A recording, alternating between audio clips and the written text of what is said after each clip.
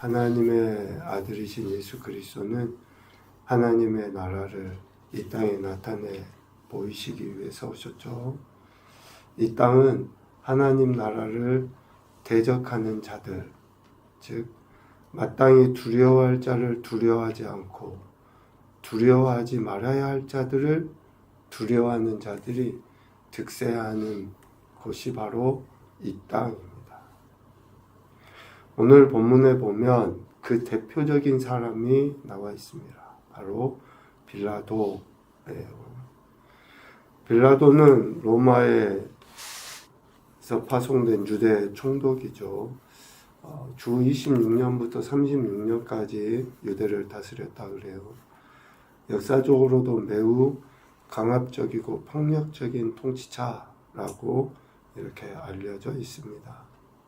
오늘 본문에 보면 이 빌라도의 만행이 잘 기록이 되어져 있는데 1절에 보니까 빌라도가 어떤 갈릴리 사람들의 피를 그들의 제물에 섞은 일을 했다라고 이야기합니다. 빌라도와 갈릴리 사람들 사이에는 늘 갈등이 있을 수밖에 없어요. 식민지의 지배자로서 또 피식민지의 백성으로서 늘 갈등이 있고 또 반목이 있을 수밖에 없죠. 그 갈등과 반목 속에 빌라도가 갈릴리 사람들을 죽인 거예요. 어찌 보면 흔하게 있을 수 있는 일이죠. 그런데 이 빌라도의 이런 행태가 왜 마땅히 두려워할 자를 두려워하지 아니하는 그러한 행태, 그러한 대표로 나타나는가? 갈릴리 사람들을 죽인 것은 도덕적인 잔혹함, 인명을 무시하는 도덕적인 잔혹함이기 때문에 그런 것이고, 생명의 주인이신 하나님을 무시하는 그러한 잔인함인 것이고, 또 하나는 그들의 피를 제물에 섞었다 그랬잖아요. 사람의 피를 제물에 섞어서 드리는 것, 아무리 로마 사람이고 이방인이라 할지라도 하지 않는, 하나님을 멸시하는 영적인 무지함에서 오는 그 빌라도의 모습을 이야기해요. 그러니까 도덕적으로도 그렇고 영적으로도 그렇고 생명을 무시할 뿐만 아니라 그 생명의 주관자이신 하나님을 멸시하는 그 빌라도의 행태, 이런 잔인함과 이런 무지함. 그런데 지금 빌라도의 이런 모습은 어디까지 이어집니까? 나중에 예수님 십자가에 못 박게 하는 데까지 이어져요.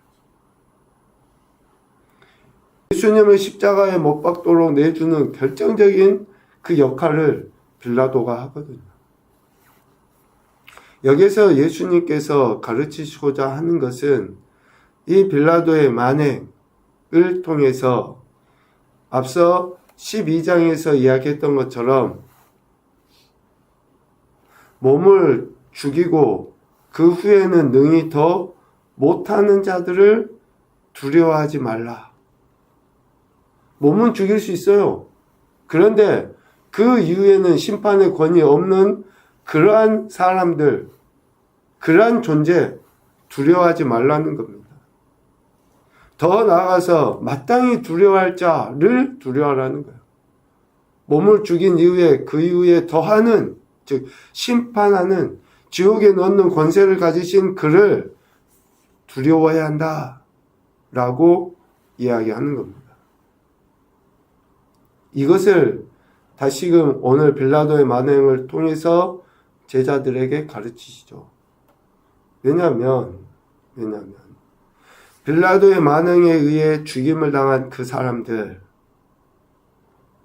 사람들이 모든 갈릴리 사람들보다 죄가 더 많아서 죽임을 당한 것이 아니기 때문이다 라는 거예요.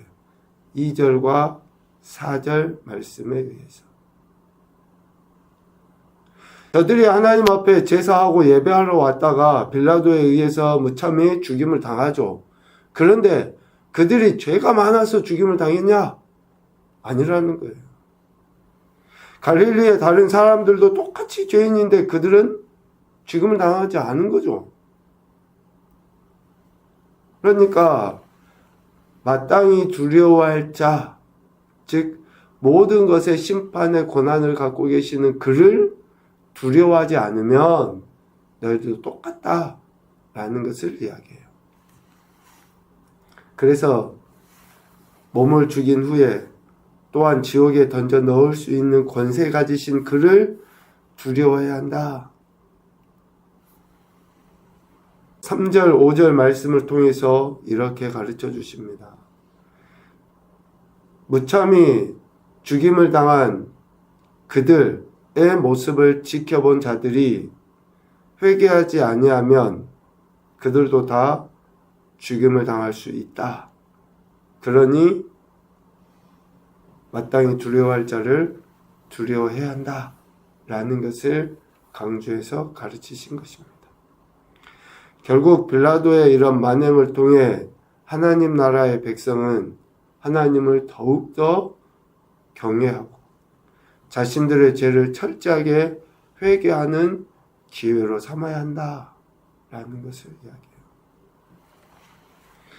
지금 이 시대도 사건 사고가 참 많고 또 불의의 사고들이 너무나 많이 일어납니다.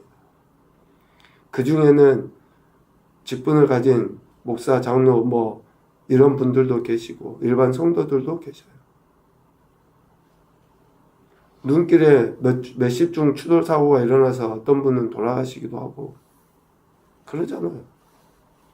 뜻하지 않은 작년 연말에 있었던 비행기 사고도 마찬가지죠. 그 안에는 신실한 예수님 믿는 사람들도 많아요. 그런데 그들이 그렇게 불의의 사고로 돌아가셨다. 사람들은 그리 생각했죠. 저 사람 무슨 특별한 죄가 있어서 그랬을 거야. 안 믿는 사람들이 죽으면 그래 안 믿으니까 당연히 그럴 수 있지. 우리가 너무 쉽게 그렇게 생각하는데 그게 아니라는 거예요. 생명의 주관자이신 하나님께서 하시는 일이시고 그 안에 그런 일들을 통해서 오늘 우리는 내가 하나님 앞에 범죄한 것은 없는지 그들을 판단하고 정죄하기 이전에 내가 하나님 말씀대로 그렇게 살아가고 있는가? 내가 하나님 나라, 즉 마땅히 두려워할 자를 두려워하고 살아가고 있는가? 그것을 나에게 하나님은 요구하시는 거죠. 하나님 나라 백성은 하나님을 더더욱더 경외함으로 자신들의 죄를 철저하게 회개하는 기회로 삼아야 하는 거예요. 지금의 이 시대에 더더욱더 그런 것 같습니다. 내가 하나님 나라 백성으로서 합당하게 하나님을 경외하며 살아가고 있는가? 그것이 지금 이 시대를 통해서 하나님께서 우리에게 가르쳐 주시는 그러한 모습이 아닌가 생각을 하죠.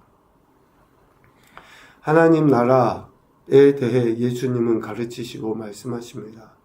그 나라는 완전한 하나님 나라예요. 오늘 19절 전반부에 보면 마치 사람이 자기 채소밭에 갖다 심은 겨자씨 하늘 같다 라고 이야기해요. 또 21절 전반부에 보면 가루 서말 속에 갖다 넣은 누룩과 같다 라고 하나님 나라를 가르치십니다. 그 겨자씨 하나를 자라서 나무가 되어 공중의 새들이 그 가지에 깃들이게 되고 그 누룩이 가루 전부를 부풀어지게 하는 것과 같다는 거예요. 하나님 나라는 완전해요. 완전. 그 완전한 하나님 나라를 예수님은 가르치십니다. 모든 것이 완전하게 되는 것이 하나님 나라라는 거예요.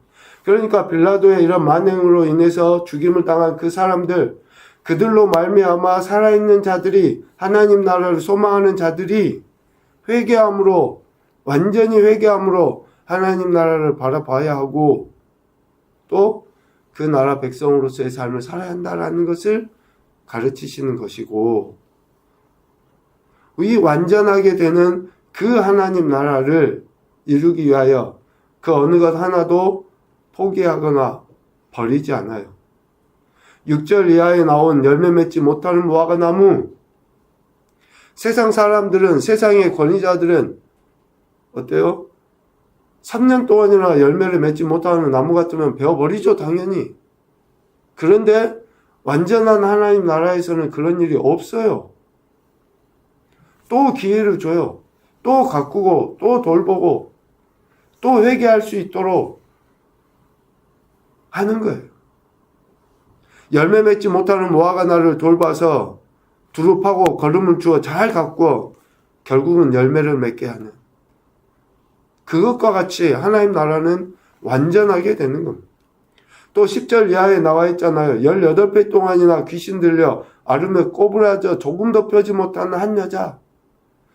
세상의 눈으로 보고 이 땅의 권위를 가진 자들의 눈으로 보면 어때요? 그냥 밥만 축내는 그러한 인생으로 보지 않겠어요? 있으나 마나한 인생으로 보지 않겠습니까? 그런데 완전하게 임하신 하나님 나라에서는 그렇지 않아요. 그렇다 할지라도, 그런 연약함이 있다 할지라도, 열매를 맺지 못하는 모습이 지금은 보인다 할지라도, 완전하게 임하시는 그 하나님 나라는 그 여자인을 병에서 노임을 받게 하고 되려 하나님께 영광 올려드리도록 하는 그러한 은혜를 베풀어 주십니다. 마땅히 두려워할 자를 두려워하지 않음에서 돌이켜서 마땅히 두려워할 자를 두려워하는 것, 이것이 회개입니다. 회개. 이러한 회개를 통해 완전한 하나님 나라의 은혜를 누리며 살아가야 되는 거죠. 그런데 하나님께서 그 나라를 알게 하신 자들, 회당장 같은 경우, 또 종교 지도자들이라고 하는 바리새인이나 서기관들과 같은 그런 사람들, 그들은 자신들에게 알게 하신 하나님 나라를 거부해요. 회개하지 않습니다. 오히려 자신들이 가진 그 지식으로 하나님 나라를 나타내 보이신 예수님을 정죄해요. 14절, 회당장이 예수께 안식일에 병 고치신 것을 분내어 말했다 라고 이야기해요. 그러니까 회개하지 않는 자들은 예수님의 말씀을 부끄러워하고 예수님을 정죄하고 되려 두려워하지 말아야 할 것을 두려워하는데, 마땅히 두려워할 자들을 두려워하는 자들, 회개하는 자들은 어떻습니까? 오늘 17절에 이야기해요. 그 회개함으로 하나님 나라를 소망하는 자들은 예수님께서 하시는 모든 영광스러운 일을 기뻐합니다. 기뻐해요.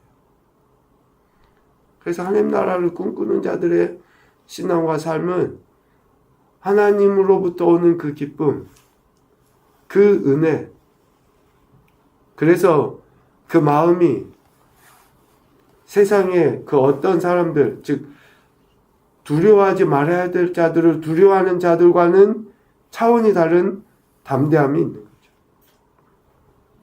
그래서 예수님께서는 오늘 완전한 하나님 나라를 나타내 보이심으로 그 나라는 회개하는 자들이 들어가게 된다. 그 나라를 누릴 수 있다. 라는 것을 가르쳐 주십니다. 첫 번째 교훈입니다. 잔인함과 무지함이 하나님 나라를 적극적으로 거부하게 되어 있다. 우리가 예수님 믿으면서도 이런 잔인함, 무지함이 있다면 빨리 돌이켜 회개해야 됩니다. 도덕적인 그러한 발음이 있지 않으면 반드시 영적인 무지로 나타나게 되어 있어요. 그래서 하나님 말씀을 삶의 기준 삼고 살아서 세상이 요구하는 도덕보다 훨씬 더 높은 차원의 도덕이 우리 안에 있어야 돼요. 두 번째, 하나님 나라는 마땅히 두려워할 자를 두려워할 때 임하게 된다. 세 번째, 하나님 나라의 완전함은 모든 것을 품고 새롭게 함으로 드러나기 마련이다. 모든 것을 품고 새롭게 함으로 드러나게 마련이다. 그래서 우리가 예수님 믿고 하나님 나라 백성이라고 할 때는 늘 새로운 거예요. 나의 연약함도 다시 보이고 다른 사람에 대해서도 판단 정죄하기보다는 사랑으로 보게 되고 그런 모습이 하나님 나라인 것이죠. 오늘도 저 여러분이 하나님 나라를 소망케 하신 그 은혜에 감사하시면서 내 삶의 현장에서 실제적으로 발음과 또 영적인 그런 은혜를 통해 하나님 나라를 누리고 살아가는 귀하고 복되는 한 날이 되시기를 주님의 이름으로 축복합니다. 아멘.